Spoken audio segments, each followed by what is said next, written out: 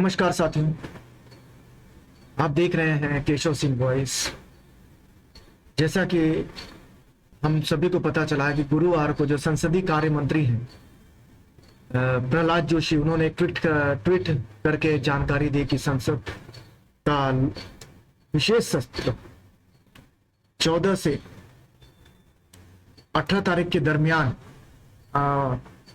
18 से 22 सितंबर के दरमियान बुलाया गया है, जिसमें 5 बैठकें आहूत होंगी। अब लोगों के बीच में सवाल यह उठ रहा है, खड़ा हो रहा है कि आखिर ऐसी क्या वजह आ गई कि विशेष सत्र को बुलाना पड़ा। ऐसी क्या बात आ गई, ऐसी क्या मजबूरी आ गई कि विशेष सत्र को बुलाना पड़ गया। सामान्य तौर पर हम सब देखते हैं कि जब विशेष सत्र तभी होता है जब इमरजेंसी फंड पास कराना होता है, आपातकाल जैसी कोई स्थिति हो, लड़ाई जैसी कोई स्थिति हो या कुछ हो। उन्हीं संदर्भ में तब इस तरह की जो सत्र है उसे उन विशेष परिस्थितियों में बुलाया जाता है।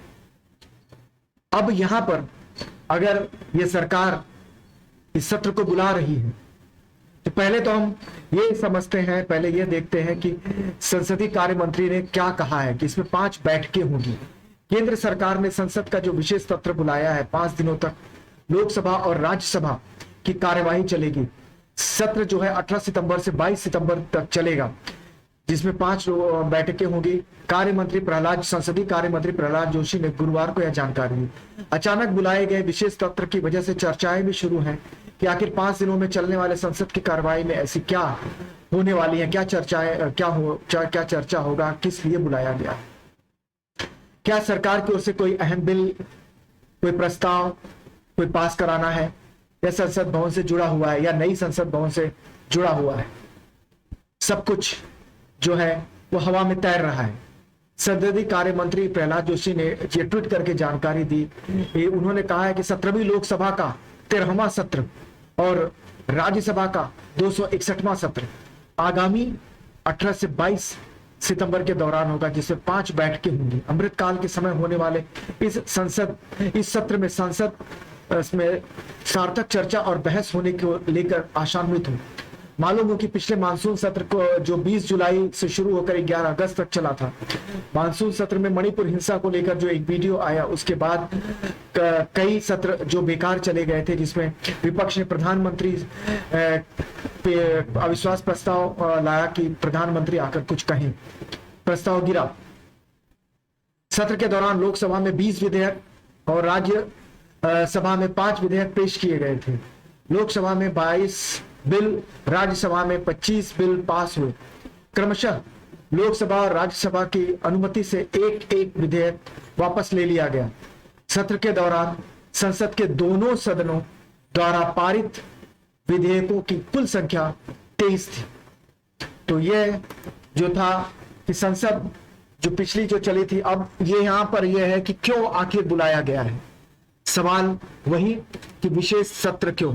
क्या नंबर 1 कि कश्मीर जो सुप्रीम कोर्ट में जो बातें जो चल रही हैं, जो चीफ जस्टिस ने जो सवाल खड़े किए हैं, अटॉर्नी जनरल से जो सवाल पूछा गया है भारत सरकार से, वहां पर वो असहज स्थिति में आ गई है मोदी सरकार। तो क्या उस असहज स्थिति से बाहर निकलने के लिए केंद्र सरकार ये जो सत्र बुला रही है, वहां पर पूरा स्टेटहुड का दर्जा देना और वहां पर जल्द चुनाव कराने को लेकर कुछ चर्चा करना है। नंबर 1। दूसरी जो बात है वह यह कि क्या जो विपक्षी जो गठबंधन जो बन रहा है, जो अभी हाल ही में जो 31 और 1 तारीख को जो मुंबई में जो उनकी सभा हुई, जो बैठक हुई, उसमें जो भी निर्णय लिए गए हैं, तो क्या ये इससे प्रधानमंत्री बौखलाए हुए हैं, या उन्हें यह देख रहे हैं कि विपक्ष को समय ना दिया जाए और चुनाव जल्दी करा लिया जाए। तो क्या भारत सरकार दिसंबर में लोकसभा का चुनाव कराना चाहती है, और चुनाव से पहले जो फंड जो होता है, चुनाव आयोग को जो रिजर्व फंड जो होता है वो संसद से पास कराना होता है, क्या उसके लिए ये बैठक बुलाई गई है। तो ये सारी चीजें हैं, अब देखना है, क्योंकि नरेंद्र मोदी हम सभी जानते हैं। और तीसरा जो सबसे मुख्य जो है कि जो हवा में अनरिलायबल सोर्सेस जो हैं उनसे प्रधानमंत्री या यूं कहें प्रधानमंत्री कार्यालय ने जो खबर को प्लांट करवाया है कि एक देश एक चुनाव एक विधान एक संविधान, जो बातें जो चल रही हैं, तो क्या इस पर भारत सरकार आगे बढ़ रही है? तो हमें इन सब बातों को देखना समझना होगा कि क्या इस देश में जिस तरह से कई राज्यों में अभी 2-2 साल का जो चुनावी वक्त बचा हुआ है, तो क्या वो सभी विधानसभा को डिसॉल्व किया जा सकता है? कानूनी पेचीदगियां हैं संविधान में, क्या इसके लिए वो जगह है? तो ये सभी बातें हैं कि अब हमें देखना है कि जो 18 से 22 तक का जो समय है उसमें क्या नरेंद्र मोदी सरकार सभी राज्यों का चुनाव एक साथ कराना चाहती है, क्योंकि वो यह जानती है कि मध्य प्रदेश, राजस्थान, झारखंड, छत्तीसगढ़, इनमें से अधिकांश राज्यों में भारतीय जनता पार्टी की जो साख है वो गिरी हुई है। तो जो एंटी इनकम्बेंसी जो फैक्टर है वो भी जाएगा। तो नरेंद्र मोदी जो लोकसभा, और हमने देखा है विगत कई दिनों में कि लोकसभा और राज्य के जो चुनाव होते हैं उसमें जो वहां की जो जनता है उसे अलग मापदंड पर देखकर फैसला करती है। तो वो चाहती है कि जो उसका माइलेज जो मोदी के नाम पर जो मिलता है वो राज्यों को भी मिले, इसलिए वो क्या एक ही साथ वो सारे चुनाव कराना चाहती है।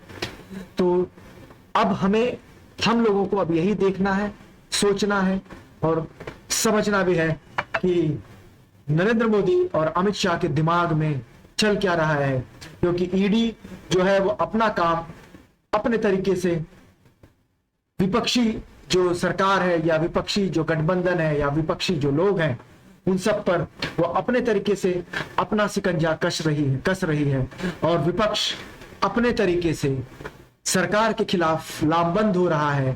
तो ये जो लामबंदी है दोनों तरफ से वो कहां पर जाकर खत्म होती है यह आने वाला वक्त बताएगा। फिलहाल आप सभी सोचिए, मुझे तो लग रहा है कि लोकसभा का चुनाव नजदीक है, जल्दी होगा। धन्यवाद।